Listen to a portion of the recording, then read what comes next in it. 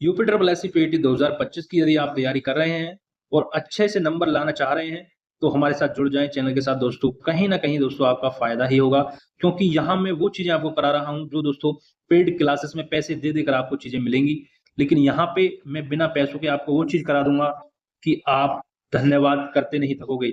जब आप एग्जाम में जाओगे और एग्जाम में बैठोगे तो आपको लगेगा अरे ये तो वही प्रश्न है जो हमने किसी यूट्यूब वाले से किए थे। हेलो दोस्तों, नमस्कार, स्वागत है आप सभी का आपके अपने यूट्यूब चैनल डिजिफ्लाई में। तो दोस्तों आज की इस क्लास में हम बात करेंगे मौर्य एवं मौर्योत्तर साम्राज्य से जो प्रश्न UP triple S C PET 2025 में पूछे जाएंगे और जो पूछे जाते रहे हैं यूपी ट्रिपल एस सी पैड द्वारा। तो चलिए शुरू करेंगे दोस्तों वीडियो को। वीडियो में आगे बढ़ने से पहले दोस्तों यदि आप चैनल पर नए हैं तो प्लीज चैनल को जरूर सब्सक्राइब कर लें। वीडियो पसंद आए तो वीडियो को लाइक शेयर जरूर करें अपने दोस्तों तक। तो चलिए दोस्तों बिना वक्त गवाए शुरू करते हैं और बढ़ते हैं पहले प्रश्न की तरफ। पहला प्रश्न क्या है कि निम्नलिखित में से कौन वह व्यक्ति है जिसका नाम देवानाम पियदस्सी भी था। तो ये उपाधि जो थी, मतलब जिसको ये नाम दिया गया था, वो कौन व्यक्ति है ये आपका देखिए UP triple S C PET 2022 में सिर्फ फर्स्ट में पूछा गया प्रश्न है। तो आपको बताना है कौन व्यक्ति था वो। ऑप्शन आपके सामने है मौर्य सम्राट चंद्रगुप्त, मौर्य सम्राट अशोक, मौर्य, ऑप्शन सी है गौतम बुद्ध और ऑप्शन डी है महावीर स्वामी। तो इसका राइट आंसर क्या है ये आपको बताना है। तो जो वो देवानाम प्रियदस्सी जो कहा गया, जिसको ये उपाधि दी गई, तो वो आपके दोस्तों ऑप्शन बी सम्राट अशोक थे, मौर्य सम्राट अशोक थे। इसका राइट आंसर ऑप्शन नंबर दोस्तों बी हो जाएगा। चलिए इसकी व्याख्या देखते हैं क्या है व्याख्या, क्योंकि यहां से व्याख्या से दोस्तों प्रश्न एग्जाम में बनते हैं। तो व्याख्या में क्या है कि देखिए मौर्य सम्राट अशोक को देवनाम पियदस्सी भी कहा जाता है। यह बौद्ध धर्म के सबसे प्रतापी राजा थे। उनका शासनकाल 273 ईसा पूर्व से 232 ईसा पूर्व तक था। यदि आपसे शासनकाल पूछ ले अशोक का, क्योंकि यहाँ से पैट से अशोक से प्रश्न पूछे जाएंगे पैट में, तो यहाँ पे शासनकाल आपको याद रखना है 273 ईसा पूर्व से लेके 232 ईसा पूर्व तक था। और बौद्ध धर्म के सबसे प्रतापी राजा थे अशोक, सम्राट अशोक, और इनको देवाना पियदस्सी की उपाधि यहाँ पे दी गई थी, इनको कहा जाता था ये। ठीक है, चलिए अगला प्रश्न देखेंगे। अब यहाँ पे अगले प्रश्न की तरफ बढ़ते हैं दोस्तों। बहुत जल्दी से दोस्तों हम यहाँ पे चीजों को कवर करेंगे। जितने भी महत्वपूर्ण प्रश्न हैं उन सभी को हमने इस वीडियो में लिया है। जो जैसा कि आप सभी जानते हैं, जो सीरीज चल रही है हमारी प्रीवियस ईयर क्वेश्चनों की, जो कि बहुत ही महत्वपूर्ण हो जाते हैं परीक्षा की दृष्टि से, उन सभी को हम यहाँ पे करा रहे हैं। तो बने रहे हमारे साथ। चैनल पर नए हैं तो प्लीज चैनल को जरूर सब्सक्राइब करें। चलिए अगला प्रश्न क्या है, राजा कनिष्क के शासनकाल के दौरान दरबारी चिकित्सक का नाम बताइए। यहाँ पे पूछा है जब जो कनिष्क का शासनकाल था उस टाइम जो उनके दरबारी चिकित्सक थे उनका नाम आपसे पूछा है। कई बार परीक्षाओं में पूछा गया है ये। पहला ऑप्शन है सुश्रुत, ऑप्शन बी है कश्यप, ऑप्शन सी है चरक और ऑप्शन डी है आपका पतंजलि। तो वो जो दरबारी चिकित्सक थे कनिष्क के शासनकाल के थे वो कौन से थे, तो वो थे दोस्तों चरक। वेरी इंपोर्टेंट, यहाँ पे कौन थे, चरक थे। अब चलिए इनकी व्याख्या देखते हैं कि चरक कुषाण राजा कनिष्क के दरबारी चिकित्सक थे, ये बात याद रखेंगे। वे आयुर्वेद के प्रख्यात विद्वान तथा कनिष्क के राजवैद्य थे। क्या थे, कनिष्क के राजवैद्य थे। चरक कृत चरक संहिता औषधि शास्त्र के ऊपर प्राचीनतम रचना है। ठीक है, चरक संहिता इन्होंने लिखी है। उल्लेखनीय है कि कनिष्क के राजसभा में नागार्जुन, पार्श्व, वसुमित्र, मात्रचेट और संघरक्षक आदि विद्वान भी निवास करते थे। ये आप याद रखेंगे। ठीक है, ये आपको याद रखना है। चलिए चलिए अगला प्रश्न देखते हैं। अगला प्रश्न क्या है, नगर पालिका प्रशासन की एक विस्तृत प्रणाली की स्थापना के लिए निम्नलिखित में से सबसे प्रसिद्ध राजा का नाम बताइए। यहाँ पे आपसे जो पूछा है प्रश्न वो ये पूछा है कि जो नगर पालिका प्रशासन की एक विस्तृत प्रणाली की स्थापना जो की थी उस प्रसिद्ध राजा का नाम बताइए जिसने नगर पालिका प्रशासन को एक विस्तृत प्रणाली की स्थापना के रूप में स्थापित किया। उस प्रसिद्ध राजा का नाम आपसे पूछा है।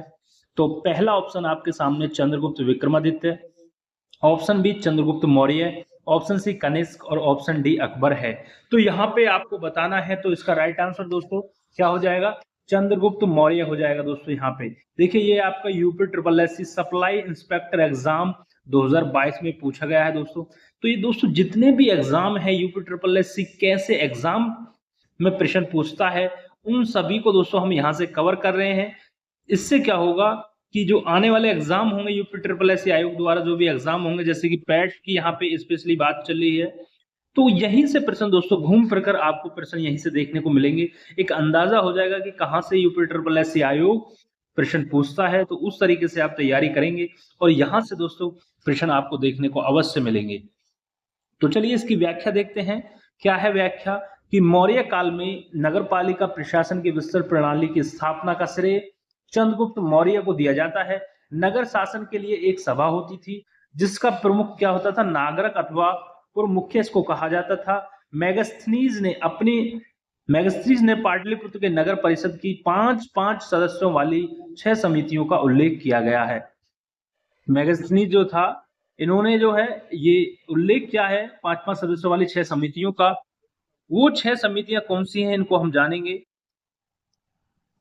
चलिए यहाँ पे देखिए पहली समिति जो है, प्रथम समिति, इसका कार्य क्या था, औद्योगिक कलाओं तथा कारीगरों का निरीक्षण करती थी। द्वितीय समिति जो थी वो आपकी विदेशी यात्रियों का भोजन, निवास, चिकित्सा का प्रबंधन करती थी। तृतीय समिति आपकी जनगणना का हिसाब रखती थी, ठीक है। चतुर्थ समिति आपकी नगर के व्यापार वाणिज्य की देखरेख करती थी। पांचवी समिति जो थी वो उद्योग समिति थी जो वस्तुओं में मिलावट को रोकती थी। बात करें यहाँ पे छठी समिति की, तो ये कर समिति थी जिसका काम क्रय विक्रय की वस्तुओं पर कर वसूलना था, ठीक है। ये 6 समितियां थी। चलिए अगला प्रश्न अभी यहाँ पे हम देखेंगे। अगला प्रश्न सभी इंपोर्टेंट प्रश्न है दोस्तों, वीडियो में बने रहे दोस्तों। वीडियो को बिना स्किप के अच्छे से आपको देखना है ताकि एक भी प्रश्न आपसे ना छूटे। यहाँ पे देखिए कनिष्क के शासनकाल के दौरान निम्नलिखित में से कौन सी बौद्ध संगति आयोजित की गई थी। कनिष्क के शासनकाल के दौरान निम्नलिखित में से कौन सी बौद्ध संगति आयोजित की गई थी। पहली थी, दूसरी थी, चौथी थी या पांचवी थी, ये आपको बताना है। तो आप कहेंगे सर चौथी थी। कनिष्क के शासनकाल में अंतिम बौद्ध संगति, जिसको चौथी बौद्ध संगति कहते हैं, यह आयोजित की गई थी। इसके बारे में अब यहाँ पे हम जानेंगे, व्याख्या देखेंगे। देखिए कनिष्क के शासनकाल के दौरान कश्मीर के कुंडलवन नामक स्थान पर बौद्ध धर्म की चतुर्थ संगति का आयोजन किया गया था। कहाँ किया गया था, कुंडलवन नामक स्थान के पास चतुर्थ, और इसकी अध्यक्षता प्रसिद्ध बौद्ध विद्वान वसुमित्र ने की थी, ठीक है। तो यहाँ पे दो चीजें और क्लियर हो गई कि जो चतुर्थ बौद्ध संगति थी वो कनिष्क के शासनकाल में कुंडलवन नामक स्थान पर हुई थी और इसके अध्यक्षता किसने की थी, वसुमित्र ने की थी। तो ये सभी प्रश्न दोस्तों ये आप नोट कर लें अच्छे से, ठीक है। तथा अश्वघोष इसके उपाध्यक्ष बनाए गए थे। इस संगति में बौद्ध त्रिपिटक को प्रमाणिक पाठ तैयार हुए तथा विभाषा शास्त्र आदि बौद्ध ग्रंथों का संकलन किया गया। इस आयोजन में लगभग 500 विद्वान भिक्षुओं ने भाग लिया था, ठीक है। कितने ने, लगभग 500। उल्लेखनीय है कि कनिष्क के समय में ही बौद्ध धर्म स्पष्ट 2 संप्रदायों हीनयान व महायान में विभक्त हो गया था, ठीक है। याद एक प्रश्न और हो गया कि यदि आपसे पूछ ले कि किसके का शासन काल में बौद्ध धर्म जो है वो 2 संप्रदायों में विभक्त हो गया था, तो आप कहेंगे सर कनिष्क के समय, कनिष्क के शासन काल में हीनयान और महायान में ये बौद्ध धर्म विभक्त हो गया था, ठीक है। यहाँ से कितने प्रश्न तैयार हुए, एक तो कुंडलवन नामक जगह पर हुई, वसुमित्र इसके अध्यक्ष थे, ठीक है। और यहाँ पे ये आपको याद हुआ कि कनिष्क के समय में ही ये बौद्ध धर्म 2 संप्रदायों में बटा, विभक्त हुआ। तो लगभग 4 प्रश्न हमने यहाँ से तैयार करे। चलिए बढ़ते हैं अगले प्रश्न की तरफ। अगला प्रश्न क्या है आपके सामने, ये पूछा है आपसे, बताइएगा मौर्य कालीन भारत के विवरण वाली इंडिका के लेखक कौन थे। ये आपसे पूछा है जो मौर्य कालीन के समय भारत का जो विवरण किया है इंडिका पुस्तक में, उसके लेखक कौन थे। पहला है Megasthenes, option B Fa Hien, option C Hiuen Tsang या डी इनमें से कोई नहीं। ये आपका देखिए UP triple S C PET 2021 में पूछा गया प्रश्न है, शिफ्ट सेकंड में। तो ये जो थे मेगस्थनीज थे, इसका राइट आंसर ए हो जाएगा। इंडिका के जो लेखक हैं वो मेगस्थनीज हैं और इसकी व्याख्या देखेंगे कि मेगस्थनीज मौर्य कालीन भारत के विवरण वाली इंडिका के लेखक मेगस्थनीज थे। इस पुस्तक में चंद्रगुप्त मौर्य के समय के प्रशासन के बारे में उल्लेख किया गया है। क्या उल्लेख किया गया है, इसको भी देखेंगे यहाँ पे। देखिए यहाँ पे कुछ विदेशी यात्री हैं एक तरफ, और भारत यात्रा में समय और रचनाएं हैं इनकी। तो मैगस्थनीज जो थे वो 304 से लेकर 299 ईसा पूर्व चंद्रगुप्त मौर्य के शासनकाल में आए थे, और इन्होंने इंडिका की रचना की थी। उसी तरह जो फायान थे आपके विदेशी यात्री, ये 399 से लेकर 414 ईसा पूर्व में आए थे ईस्वी में, और चंद्रगुप्त विक्रमादित्य के शासनकाल में आए थे। फो क्यू की इनकी रचना थी, फो क्यू की। और हैंसांग जो थे 629 से लेकर 645 ईस्वी हर्षवर्धन के शासनकाल में, और इनकी रचना है सी यू की। दोस्तों ये तीनों रचनाएं ऐसी हैं, और ये तीनों विदेशी यात्री ऐसे हैं जो बार बार दोस्तों प्रश्न में एग्जाम में बनते हैं। यहाँ से प्रश्न कभी मैगस्थनीज का पूछ लेगा, कभी फायान का, कभी हैंसांग का। तो हैंसांग कब आया? हर्षवर्धन के शासनकाल में। इसकी रचना कौन सी है? सी यू की। क्या कौन सी है? सी यू की। और इसी तरह फायान कब आया? चंद्रगुप्त विक्रमादित्य के काल में, और इसकी रचना है फो क्यू की। मैगस्थनीज की इंडिका है। अच्छे से आप याद रखेंगे इसको। चलिए बढ़ते हैं अगले प्रश्न की तरफ। दोस्तों वीडियो पसंद आ रही है तो दोस्तों वीडियो को लाइक से जरूर करें। अगला प्रश्न क्या है कि चरक संहिता संबंधित है। चरक संहिता जो है वो संबंधित है किससे? अभी हमने ऊपर बात की थी इसके बारे में। तो ये आपकी संबंधित किससे है? चिकित्सा से ये संबंधित है। इसकी व्याख्या देख लेते हैं। देखिए यूपीट्रिपल पैट में ये पूछा गया प्रश्न है। चरक एक प्रसिद्ध आयुर्वेद के विज्ञान थे जो कि कनिष्क के कुषाण वंश के दरबार में, राज दरबार में रहते थे। इनकी प्रसिद्ध रचना चरक संहिता है। इसमें रोगनाशक व रोग निरोधक औषधियों का उल्लेख है। यह संस्कृत भाषा में लिखित है। तो यदि आपसे पूछ ले कि जो चरक संहिता है वो किसकी रचना है, तो आप कहेंगे सर चरक की है। और ये किसके दरबार में, कवि जो विद्वान थे आयुर्वेद के, किसके दरबार में थे? तो ये कनिष्क के दरबार में थे जो कि कुषाण वंश से संबंधित है। और ये चरक संहिता जो है वो चिकित्सा से संबंधित है, और ये संस्कृत भाषा में लिखी हुई है। दोस्तों इतनी चीजें आप अच्छे से कवर करते चलें, क्योंकि प्रश्न यहीं से बनेंगे दोस्तों, लेकिन घूम फिर के प्रश्न बनेंगे। ठीक है, अगला प्रश्न देखेंगे। अगला प्रश्न क्या है? मौर्य अर्थव्यवस्था मुख्य रूप से निर्भर थी, किस पर निर्भर थी? कृषि व्यवस्था अर्थव्यवस्था पर, व्यापार आधारित अर्थव्यवस्था पर, उद्योग आधारित अर्थव्यवस्था पर, या युद्ध आधारित अर्थव्यवस्था पर? तो जो मौर्य अर्थव्यवस्था है वो किस पर निर्भर थी मुख्य रूप से? तो आप कहेंगे कि कृषि अर्थव्यवस्था पर ये निर्भर थी। ऑप्शन ए। इस काल में न केवल कृषि उत्पादन में वृद्धि हुई बल्कि उद्योग, पशुपालन, व्यवसाय, खनिज उत्खनन एवं व्यापार में अति प्रगति हुई। आर्थिक अर्थव्यवस्था का आधार कृषि था। धीरे धीरे व्यापार का महत्व बढ़ने लगा। अर्थव्यवस्था में नई भूमि पर कृषि को प्रोत्साहन देने की बात की गई। तो ऑप्शन ए यहाँ पे राइट आंसर होगा कि मौर्य अर्थव्यवस्था मुख्य रूप से कृषि अर्थव्यवस्था पर निर्भर थी। ठीक है, चलिए आगे बढ़ेंगे। अब आगे बढ़ेंगे, अगला प्रश्न देखेंगे। बहुत जल्दी से दोस्तों इन चीजों को हम कवर करेंगे।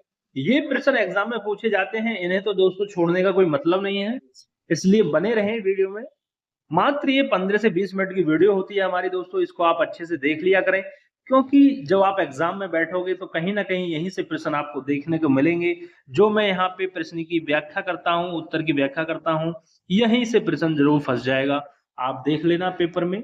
और बहुत जल्द दोस्तों हम इसी को यूपीट्रिपल पीटी जितना भी आपका प्रीवियस ईयर में क्वेश्चन पूछा गया अब तक, और जो भी महत्वपूर्ण है, मतलब मैं उन सभी को करा दूंगा, जहां से आपके दोस्तों ये 70 प्लस प्रश्न जो नंबर हैं आपके, यहां से आप गेन करोगे। 70 प्लस नंबर यहां से गेन करोगे हमारी इस वीडियो से, जो मैं आपको आगे कराने वाला हूं। 70 प्लस की मैं तैयारी यहाँ पे आपको कराऊंगा दोस्तों। बहुत आराम से आप, कितना भी टफ पेपर आ जाए, बहुत आराम से आप यहां तक पहुंच जाएंगे। ठीक है, 70 प्लस तक आप आराम से पहुंच जाएंगे। बस हमारे साथ इसी तरीके से तैयारी करते रहें। चलिए, अशोक के प्रधान, ठीक है, अशोक के प्रधान शिलालेखों में सबसे बड़ा शिलालेख कौन सा है, ये आपसे पूछा है। तो याद रखेंगे, अशोक के प्रधान शिलालेखों में सबसे बड़ा शिलालेख जो है वो 13वां शिलालेख है। ऑप्शन सी, 13वां शिलालेख है। ठीक है, 13वां शिलालेख सबसे बड़ा है, जिसमें अशोक के शासनकाल के 8वें वर्ष होने वाले कलिंग युद्ध का वर्णन मिलता है।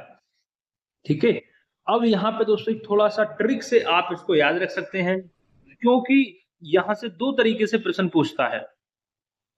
पहला प्रश्न ये जैसा कि आपके सामने पूछ लिया कि अशोक के प्रधान शिलालेखों में सबसे बड़ा शिलालेख कौन सा है, वो 13वां शिलालेख है।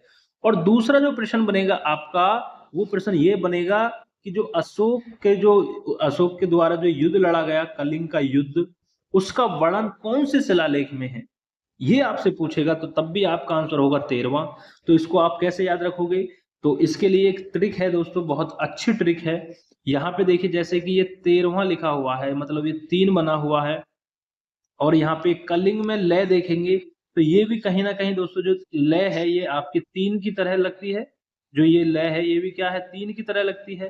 तो यहाँ से थोड़ा कोरिलेट कर लीजिए माइंड में, जहां भी कलिंग की बात आए तो 3 की बात हो रही है, मतलब 13वें की बात हो रही है। ठीक है, कितने किसकी बात हो रही है, क्योंकि ये जो लिखा हुआ है ऐसे करके, जो ये लिखा हुआ है कलिंग में ऐसे करके, ये क्या है, ये इसे 1 मान लीजिएगा और इसे 3 मान लीजिएगा। तो 13वां शिलालेख सबसे बड़ा शिलालेख है ही, और 13वें शिलालेख में कलिंग युद्ध का वर्णन मिलता है दोस्तों।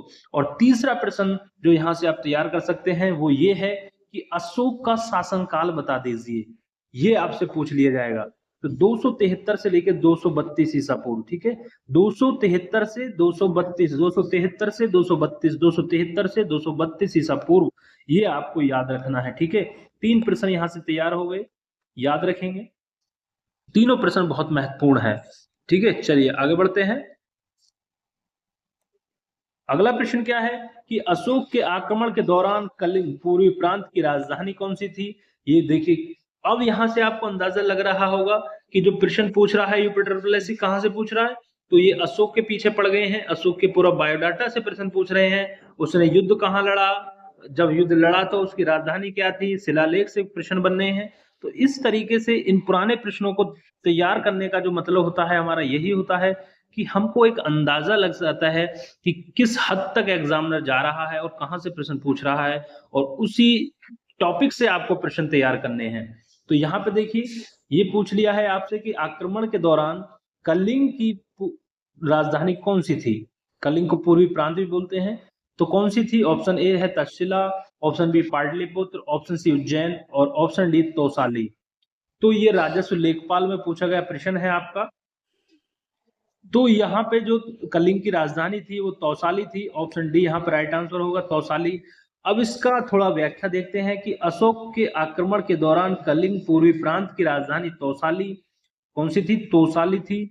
अशोक ने अपने राज्याभिषेक के 8वें वर्ष बाद अर्थात 9वें वर्ष 261 ईसा पूर्व में कलिंग की विजय की। इसका उल्लेख 13वें शिलालेख में मिलता है। इसी युद्ध के बाद अशोक ने धम्म विजय की नीति अपनाई।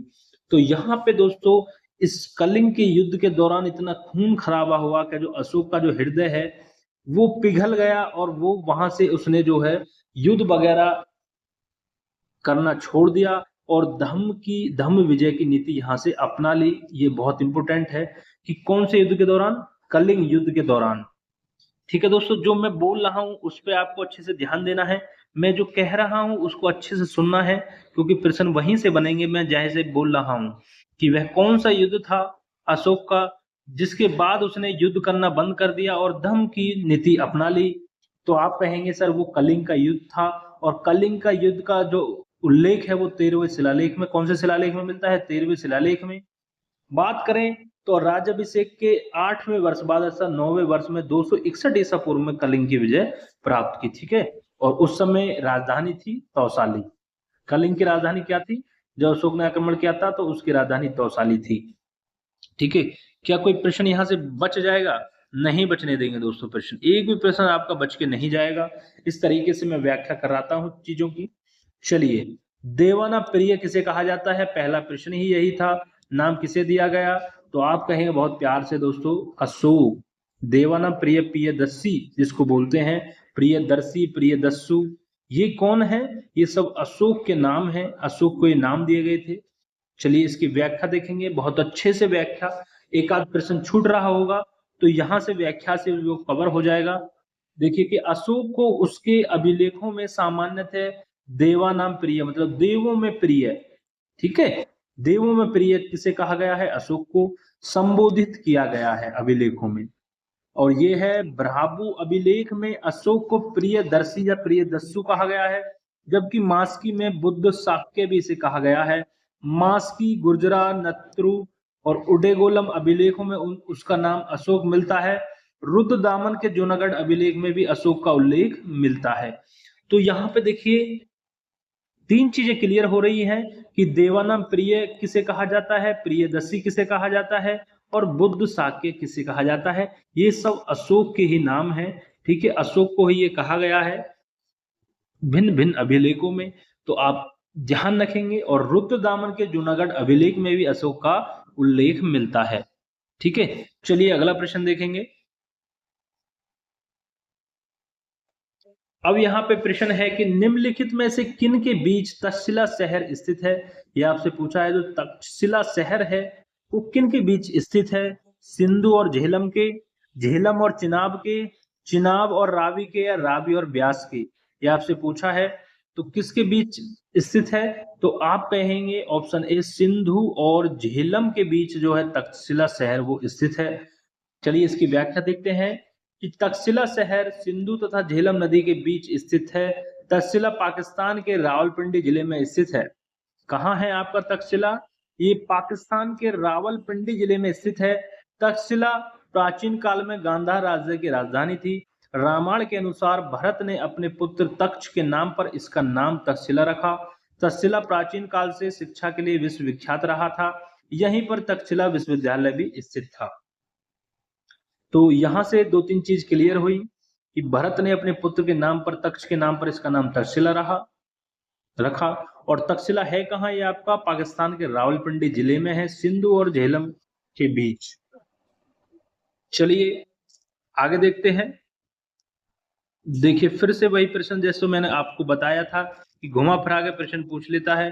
तो यहाँ पे वही प्रश्न पूछ लिया कि सम्राट अशोक का कौन सा शिलालेख कलिंग पर उसके विजय का उल्लेख करता है। तो बहुत आराम से आप कहेंगे जो भैया कलिंग है, इसकी ट्रिक मैंने बताई है। इस डंडे को मान लीजिए 1 और लय को मान लीजिए 3। तो 13वां शिलालेख जो कि सबसे बड़ा शिलालेख है उसमें इसका उल्लेख मिलता है। अब यहाँ पे दोस्तों कलिंग के युद्ध के बारे में थोड़ा सा हम जानेंगे। व्याख्या इसकी यहाँ पे कि सम्राट अशोक द्वारा बनवाए गए कुल 14 शिलालेख प्राप्त हुए हैं, जिसमें से 13वां अभिलेख सबसे बड़ा माना जाता है। 13वें अभिलेख में सम्राट अशोक द्वारा कलिंग पर उसके विजय का उल्लेख करता है। नंद वंश के पतन के बाद कलिंग स्वतंत्र हो गया था, अतः सुरक्षा की दृष्टि से कलिंग को जीतना आवश्यक था। इस युद्ध में 1 लाख लोग मारे गए एवं 1.5 लाख लोग विस्थापित हुए, जिसका अशोक पर गहरा प्रभाव पड़ा और उसने युद्ध की नीति त्याग कर धम्म नीति लागू की। ठीक है, ये प्रश्न देश तो मैंने आपको बता दिया कि यहाँ से प्रश्न बन सकता है कि वह कौन सा युद्ध था जिसके युद्ध के बाद अशोक ने युद्ध की नीति त्याग कर धम्म की नीति लागू की। तो वो कलिंग का ही युद्ध था। इसमें लगभग देश तो देखिए 1 लाख से भी ज्यादा लोग मारे गए और 1.5 लाख लोग विस्थापित हुए थे। तो यहाँ पे दोस्तों इस युद्ध में बहुत ज्यादा विनाश हुआ था। ठीक है, ये 13वां शिलालेख में इसका वर्णन है, याद रखेंगे। चलिए आगे बढ़ते हैं अगले प्रश्न की तरफ। अगला प्रश्न क्या है कि अशोक का सिंह चतुर्भुज स्तंभ शीर्ष, जिसपे जो चारों तरफ सिंह के निशान, सिंह के शेर के मुख के निशान है, स्तंभ शीर्ष में से एक स्तंभ पर था। कन्नौज, संभल, गौतम बुद्ध नगर, सारनाथ। तो ये आपका शीर्ष सारनाथ में एक स्तंभ था। ऑप्शन डी यहाँ पर राइट आंसर होगा कि अशोक का सिंह चतुर्भुज स्तंभ शीर्ष सारनाथ से लिया गया है। इस स्तंभ में 4 सिंह पीठ से पीठ सटाए बैठे हैं। इसे ही भारत सरकार ने राष्ट्रीय चिन्ह के रूप में स्वीकार किया है। ठीक है, अगला प्रश्न देखेंगे अब यहाँ पे। चंद्रगुप्त मौर्य के इस प्रसिद्ध राजनीतिक सलाहकार को निम्नलिखित सभी नामों से जाना जाता है। इसके अलावा जो चंद्रगुप्त मौर्य के प्रसिद्ध राजनीतिक सलाहकार को निम्नलिखित सभी नामों से जाना जाता है, इसके अलावा मतलब आपसे ये पूछा है, इसका मतलब समझिए कि एक ही व्यक्ति के नाम है ये जितने भी नीचे हैं और इसमें से एक अलग है, और वो क्या था, चंद्रगुप्त मौर्य के प्रसिद्ध राजनीतिक सलाहकार थे। तो जो चाणक्य थे उनको दोस्तों कौटिल्य भी कहा जाता है और विष्णुगुप्त भी कहा जाता है। तो 3 नाम थे चाणक्य के, कौन कौन से, एक तो खुद चाणक्य, कौटिल्य और विष्णुगुप्त। और ये राजनीतिक सलाहकार थे चंद्रगुप्त मौर्य के। डी यहाँ पे गलत होगा, डी राइट आंसर होगा यहाँ पे, क्योंकि समुद्रगुप्त तो अलग है। अब यहाँ पे इसकी व्याख्या देखेंगे, यहाँ से कई प्रश्न बनते हैं। एक तो प्रश्न दोस्तों ये हो गया, ये आपसे पूछ लेगा कि चाणक्य का दूसरा नाम बताइए क्या है, कौटिल्य, या कौटिल्य किसका नाम था ये पूछ लेगा, चाणक्य का। विष्णुगुप्त किसका नाम है, आपसे कहेंगे सर कौटिल्य का, चाणक्य का। तो तीनों नाम एक ही व्यक्ति के हैं, अच्छे से ध्यान रखें। अब यहाँ पे प्रश्न क्या है कि कौटिल्य को भारतीय राजनीतिक विचारकों का जनक माना जाता है। इसके अन्य नाम विष्णुगुप्त और चाणक्य हैं, याद रखेंगे। इसने विश्व प्रसिद्ध पुस्तक अर्थशास्त्र की रचना की, जो कि राजनीति, लोक प्रशासन एवं अर्थशास्त्र की प्रमाणिक पुस्तक है। मौर्य वंश की स्थापना में चाणक्य का महत्वपूर्ण योगदान है। कौटिल्य चंद्रगुप्त का प्रधानमंत्री था। कौटिल्य को भारत का मैकियावेली भी कहा जाता है, जबकि समुद्रगुप्त गुप्त साम्राज्य का महान सम्राट था। इसे भारत का नेपोलियन कहा जाता है। तो एक प्रश्न और यहां से तैयार हो गया कि भारत का नेपोलियन किसे कहा जाता है, कई बार पूछा गया एग्जाम में। समुद्रगुप्त को कहा जाता है भारत का नेपोलियन। और भारत का मैकियावेली किसे कहा जाता है, कौटिल्य को। चाणक्य को कहा जाता है भारत का मैकियावेली। ठीक है, दो प्रश्न और यहां से तैयार हुए। और जो इसकी प्रसिद्ध रचना है अर्थशास्त्र, वो किसकी, कौटिल्य की। ठीक है, तो अच्छे से इसको तैयार कर लें। अगला प्रश्न देखेंगे यहाँ पे। अगला प्रश्न क्या है आपके सामने कि अशोक के कौन से शिलालेख में ब्राह्मी लिपि का प्रयोग नहीं किया गया था। पहला है सारनाथ, दूसरा है शहबाजगढ़ी, ऑप्शन सी है धौली, ऑप्शन डी इनमें से कोई नहीं। तो जो शहबाजगढ़ी का जो अभिलेख था, शिलालेख था, उसमें ब्राह्मी लिपि का प्रयोग नहीं किया गया है। शहबाजगढ़ी एक गांव का ऐतिहासिक स्थल है जो पाकिस्तान के मर्दान जिले में स्थित है। यह स्थल सम्राट अशोक द्वारा स्थापित शिलालेख के लिए प्रसिद्ध है।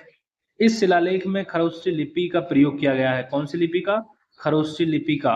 तो शहबाजगढ़ी में जो है वो खरोष्ठी लिपि का प्रयोग किया गया है, याद रखेंगे।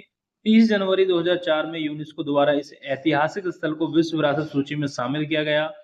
अशोक के सभी अभिलेखों की भाषा प्राकृतिक है। लघु शिलालेख, स्तंभ लेख एवं गुहालेख की लिपि ब्राह्मी है, जबकि वर्तमान भारत से बाहर पाए गए कुछ शिलालेखों की लिपियां भिन्न हैं। तो यहाँ पे इनकी लिपियां देख लेंगे। शहबाजगढ़ी और मानसहरा अभिलेख की जो लिपि है वो खरोष्ठी लिपि है। तक्षशिला अभिलेख की आर्मिक लिपि है। और सरेकुना जो कि कंधार अभिलेख है उसकी यूनानी एवं आर्यमाइक लिपि है। लगमान अभिलेख की आर्यमाइक लिपि है। चलिए आगे बढ़ते हैं। अगला प्रश्न, प्रश्न नंबर 60 क्या है कि निम्नलिखित में से मौर्य कला का सर्वोत्तम प्रतिमान कौन सा स्तंभ है, ये आपसे पूछा है। ये आपको बताना है कि निम्नलिखित में से मौर्य कला का सर्वोत्तम प्रतिमान कौन सा है, स्तंभ है, बताइए कौन सा है, स्तंभ है, स्तूप है, चैत्य है या बारादरी है। तो आप कहेंगे मौर्य काल का सर्वोत्तम प्रतिमान स्तंभ है। क्या है, स्तंभ है। मौर्य कला का विकास भारत में मौर्य साम्राज्य के युग 4वीं से 2वीं सदी से पूर्व हुआ। सारनाथ और कुशीनगर जैसे धार्मिक संस्थानों में के रूप में सम्राट अशोक ने इसकी संरचना की थी। तो ऑप्शन ए यहाँ पे राइट आंसर होगा। दोस्तों वीडियो दोस्तों थोड़ी लंबी होगी, लेकिन कोई बात नहीं, जितने भी महत्वपूर्ण प्रश्न है हम दोस्तों यहाँ पे उनको कवर करते चले ही रहे हैं। यदि यहाँ पे भी आपको कोई दिक्कत आ रही हो तो कमेंट करके जरूर बताएं दोस्तों, क्योंकि एक एक प्रश्न को मैं बहुत बारीकी से और पूरी तरीके से मैं आपको करा रहा हूं, अच्छे से समझा के कि कैसे कैसे प्रश्न और बन सकते हैं यहाँ से और कैसे प्रश्न बनते रहे हैं, ये आपके सामने मैं आपको बता रहा हूं। तो बस बने रहे आराम से हमारे साथ। पानी पी लीजिएगा, थोड़ा वीडियो को पॉज करके पानी पी लीजिएगा, थोड़ा ब्रेक ले लीजिएगा, लेकिन पढ़ते रहना है बिना स्किप किए अच्छे से।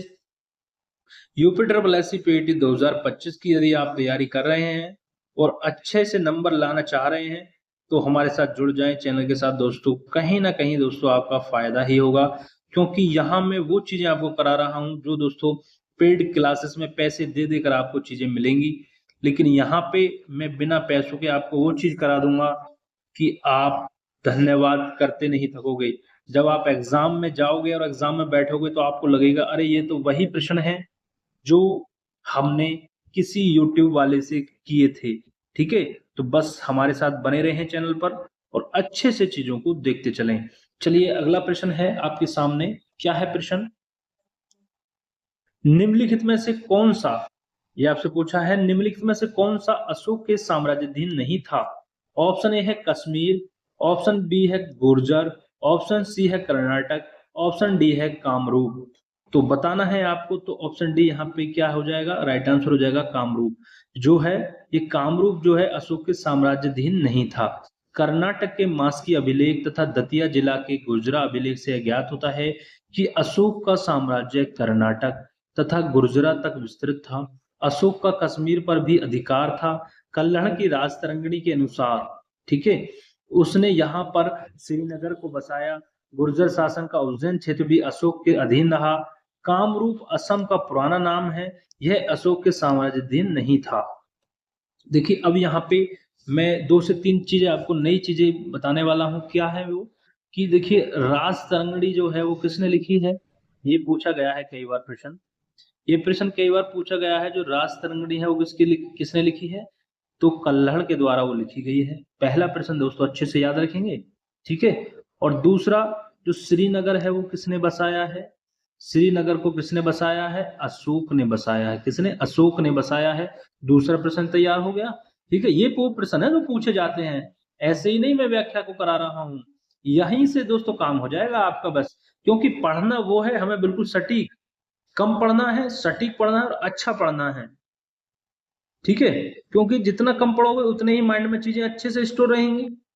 तो कम पढ़ो, अच्छा पढ़ो और सटीक पढ़ो, जो प्रश्न एग्जाम में बनेगा। और अगला क्या है, देखिए 2 चीजें होगी कि राजतरंगिणी किसके द्वारा लिखी, कल्हड़, और श्रीनगर किसने बसाया, अशोक ने, ठीक है, जो कश्मीर पर है, ठीक है। और कामरूप जो है वो किसका पुराना नाम है, ये असम का पुराना नाम है, ठीक है। जो कामरूप यहाँ पे दिया गया है, इसका राइट आंसर भी है कि ये अशोक के साम्राज्याधीन नहीं था। तो ये कामरूप जो है वो असम का ही पुराना नाम है। किसका? असम का ही पुराना नाम है। देखिए 3 चीजें यहाँ से मैंने कराई, इनको अच्छे से देखिए। चलिए अगला प्रश्न देखेंगे अब। घबराने की बिल्कुल जरूरत नहीं है दोस्तों, क्योंकि सारी चीजों को मैं करा दूंगा बहुत अच्छे से। प्रश्न एक भी नहीं जाएगा बाहर, टेंशन ना ले, बस बने रहे हमारे साथ। दूसरा देखिए, वृद्ध सांची स्तूप किस काल से संबंधित है? वृद्ध सांची जो स्तूप है, सांची का जो स्तूप है, वो किस काल से संबंधित है आपसे पूछा है। कुषाण काल से, गुप्त काल से, हर्षवर्धन काल से या मौर्य काल से? तो आप कहेंगे जो सर वृद्ध सांची का स्तूप है वो मौर्य काल से संबंधित है। देखिए चकबंदी लेखपाल परीक्षा में पूछा गया प्रश्न है। तो ऐसे प्रश्न दोस्तों क्यों ना याद करे जाएं, क्यों इनको छोड़ा जाए? जब यूपी ट्रिपल एससी आयोग आपका ऐसे प्रश्न पूछ रहा है भर भर के बार बार, तो इन्हीं को तो तैयार करना है। वृद्ध सांची स्तूप का निर्माण सम्राट अशोक ने करवाया था। एक प्रश्न और तैयार हो गया, इसका निर्माण 3वीं शताब्दी में हुआ है। दूसरा प्रश्न तैयार हो गया। और सांची जो है मध्य प्रदेश की राजधानी भोपाल के निकट रायसेन जिले में स्थित है, ठीक है। 3 प्रश्न यहाँ से और तैयार हो गए। पहला क्या, जो वृद्ध सांची स्तूप है वो मौर्य काल का है, मौर्य काल से संबंधित है, और सम्राट अशोक ने इसका निर्माण करवाया। 3वीं शताब्दी में इसका निर्माण हुआ, और ये सांची मध्य प्रदेश की राजधानी भोपाल के निकट रायसेन जिले में स्थित है, ठीक है। ये इतनी चीजें आपकी यहाँ पे तैयार होगी। अगला प्रश्न देखेंगे कि योग दर्शन के प्रवर्तक कौन थे? जैमिनी थे, पतंजलि थे, रामदेव थे या अरविंद थे? तो आप कहेंगे जो योग दर्शन के प्रवर्तक थे वो महर्षि पतंजलि थे। कौन थे? महर्षि पतंजलि योग दर्शन के। अच्छे से, रामदेव नहीं लगाना एग्जाम में, यार कभी रामदेव लगाया, ये गलत है। जो योग दर्शन के प्रवर्तक थे वो पतंजलि थे, ठीक है, याद रखेंगे। चलिए गणना पर्यवेक्षक में पूछा गया प्रश्न है, और यहाँ पे देखिए इसकी व्याख्या भी देखेंगे। प्रश्न की बहुत अच्छी व्याख्या यहाँ पे की गई है, छोटी सी व्याख्या है। क्या है कि योग दर्शन के प्रवर्तक महर्षि पतंजलि थे। इनका जन्म गोनारद, जिसको गोनिया बोलते हैं, में हुआ। माना जाता है कि वे व्याकरणाचार्य पाणिनि के शिष्य थे। देखिए दूसरा प्रश्न और तैयार हो गया। क्या हो गया कि जो जो पतंजलि थे वो किसके शिष्य थे? तो आप कहेंगे सर वो व्याकरणाचार्य जो पाणिनि है, व्याकरण के आचार्य पाणिनि, उनके शिष्य थे। और भारतीय दर्शन साहित्य में महर्षि पतंजलि के लिखे हुए 3 ग्रंथ मिलते हैं। कौन कौन से? योग सूत्र उन्होंने लिखा है, महाभाष्य उन्होंने लिखा है और आयुर्वेद पर ग्रंथ उन्होंने लिखा है। तो महर्षि पतंजलि के 3 लिखे हुए ग्रंथ हैं, इनको भी आप देख लें, क्योंकि यहाँ से प्रश्न एग्जाम में बनते हैं कि योग सूत्र किसने लिखा है, महाभाष्य किसने लिखी है और आयुर्वेद पर ग्रंथ किसने लिखा है, इसको आप देख लें तो अच्छे से। चलिए अगला प्रश्न देखेंगे दोस्तों। देखिए यहाँ पे कितना बड़ा यहाँ पे प्रश्न है, ठीक है, इसको देखेंगे कितना बड़ा यहाँ पे प्रश्न है। प्रश्न क्या है, इसको आराम से पढ़ें। ग्राम विकास अधिकारी में पूछा गया प्रश्न है। ये कह रहा है कि दी गई जानकारी से राजवंश की पहचान करें। क्या करना है, राजवंश की पहचान करना है दी गई जानकारी से। क्या है जानकारी कि पुष्यमित्र ने इस वंश की स्थापना की, पुष्यमित्र ने इस वंश की स्थापना की। यदि आपने थोड़ा सा भी पढ़ा होगा तो दोस्तों इसी लाइन से आप इस प्रश्न का उत्तर दे जाएंगे। फिर भी पढ़ते हैं। उनके प्रभुत्व दक्षिण में नर्मदा नदी तक फैले थे और पाटलिपुत्र, अयोध्या और विदिशा के शहर शामिल थे। उन्होंने 2 अश्वमेध बलिदान किए। उन्होंने बैक्ट्रियन राजा डेमेट्रियस को भी हराया। राजवंश का 5वां राजा भागभद्र था। पतंजलि का गौरव ग्रंथ महाभाष्य इस समय के दौरान लिखा गया था। ये इतने बड़ा प्रश्न बेफजूल में यहाँ पे देखिए बना दिया गया है। जब आप पता चलेंगे कि पुष्यमित्र जो थे वो किस वंश के राजा थे तो इसे आराम से कर जाओगे आप, क्योंकि शुंग वंश से संबंधित है पुष्यमित्र, तो ऑप्शन डी राइट आंसर हो जाएगा। इतना भी आपको पढ़ने की जरूरत नहीं पड़ेगी, ठीक है। तो इसलिए कहते हैं अच्छे से पढ़ें चीजों को, तो ऑप्शन डी यहाँ पे राइट आंसर हो जाएगा। इसकी व्याख्या देख लेते हैं। मौर्य वंश के अंतिम राजा बृहद्रथ को उसके सेनापति पुष्यमित्र ने मारकर शुंग वंश की स्थापना की थी। देखिए कि शुंग वंश की स्थापना ही पुष्यमित्र ने की थी। मैंने इसलिए कहा था कि पहली लाइन से ही आप इस प्रश्न का आंसर दे जाएंगे। और माल विकाग्नि मित्रम तथा दिव्यादानम के अनुसार पुष्यमित्र का साम्राज्य उत्तर में हिमालय से लेकर बरार विदर्भ तक तथा पश्चिम में पंजाब से लेकर पूर्व में मगध तक विस्तृत था। शुंग राजवंश के शासनकाल में ही पतंजलि ने महाभाष्य की रचना की। एक प्रश्न इंपोर्टेंट और तैयार हो गया कि जो पतंजलि ने महाभाष्य की रचना की थी वो शुंग राजवंश के शासनकाल में ही की थी। चलिए अगला प्रश्न देखेंगे। अगला प्रश्न क्या है कि प्राचीन भारत के महान व्याकरणविद पतंजलि किसके समकालीन थे, आपसे पूछा है। देखिए अभी ऊपर हमने यहाँ पे बात की थी, ये पुष्यमित्र शुंग के समकालीन थे। ऑप्शन सी यहाँ पे राइट आंसर होगा। क्या है व्याख्या, प्राचीन भारत के महान व्याकरणविद पतंजलि शुंग वंश के संस्थापक पुष्यमित्र शुंग के राजपुरोहित थे। उन्होंने पाणिनि की अष्टाध्यायी, ठीक है, पाणिनि की, देखिए एक और प्रश्न हो गया कि अष्टाध्यायी किसने लिखी है, पाणिनि ने। अष्टाध्यायी नामक पुरातन व्याकरण के ग्रंथ पर महाभाष्य नामक टीका लिखी। अयोध्या के अभिलेख से पुष्यमित्र शुंग के 2 बार अश्वमेध यज्ञ करने की जानकारी प्राप्त होती है, जिन्हें संपन्न कराने का श्रेय महर्षि पतंजलि को है, ठीक है। तो ये देखिए थोड़ा सा और जानकारी पुष्यमित्र के बारे में प्राप्त हुई कि पुष्यमित्र ने 2 अश्वमेध किए थे, अश्वमेध यज्ञ किए थे और इनको संपन्न कराने का श्रेय पतंजलि को जाता है। और जो अष्टाध्यायी पुस्तक है वो किसने लिखी है, पाणिनि ने। और इसी पर जो है एक टीका लिखी है जो महाभाष्य नाम से, ये किसने लिखी है, पतंजलि ने, ठीक है। अच्छे से तैयार करते चले चीजों को। चलिए जो पाणिनि थे वो व्याकरणविद थे, याद रखेंगे, पूछा गया है कि पाणिनि कौन थे, एक व्याकरणविद थे, प्रसिद्ध व्याकरणविद। अगला प्रश्न है कि कनिष्क प्रथम के शासनकाल के दौरान कौन सा प्रसिद्ध आयुर्वेद विद्वान रहता था। देखिए ये दोबारा प्रश्न पूछा गया है, वो चरक थे। ऑप्शन सी यहाँ पे राइट आंसर होगा। इसके बारे में आयुर्वेद के पितामह के रूप में इन्हें जाना जाता है। कुषाण राज्य के राजवैद्य थे, ठीक है, और कनिष्क प्रथम के दरबार में रहते थे। इसके बारे में हम कम चर्चा करेंगे क्योंकि ये 2 बार प्रश्न पहले हम इसमें चर्चा कर चुके हैं। चलिए अब प्रश्न देखेंगे इस वीडियो का अंतिम प्रश्न कि कुषाण मूलतः कहाँ के निवासी थे। जो कुषाण थे वो मूलतः कहाँ के निवासी थे, मध्य एशिया के, चीनी तुर्किस्तान के, तिब्बत के या ईरान के। तो जो कुषाण थे वो मूलतः चीनी तुर्किस्तान के निवासी थे। ऑप्शन बी यहाँ पर राइट आंसर होगा। इसकी व्याख्या देखेंगे कि कुषाण मूलतः चीन के तुर्किस्तान के निवासी थे। चीन पर कब्जा करने में असफल होने के कारण ये मध्य एशिया में जाकर बस गए थे। ये यूची जाति के थे। कुषाणों में सबसे महत्वपूर्ण शासक कनिष्क था। जिसने भारत पर शासन किया। पेशावर और मथुरा को इसने अपनी राजधानी बनाया था।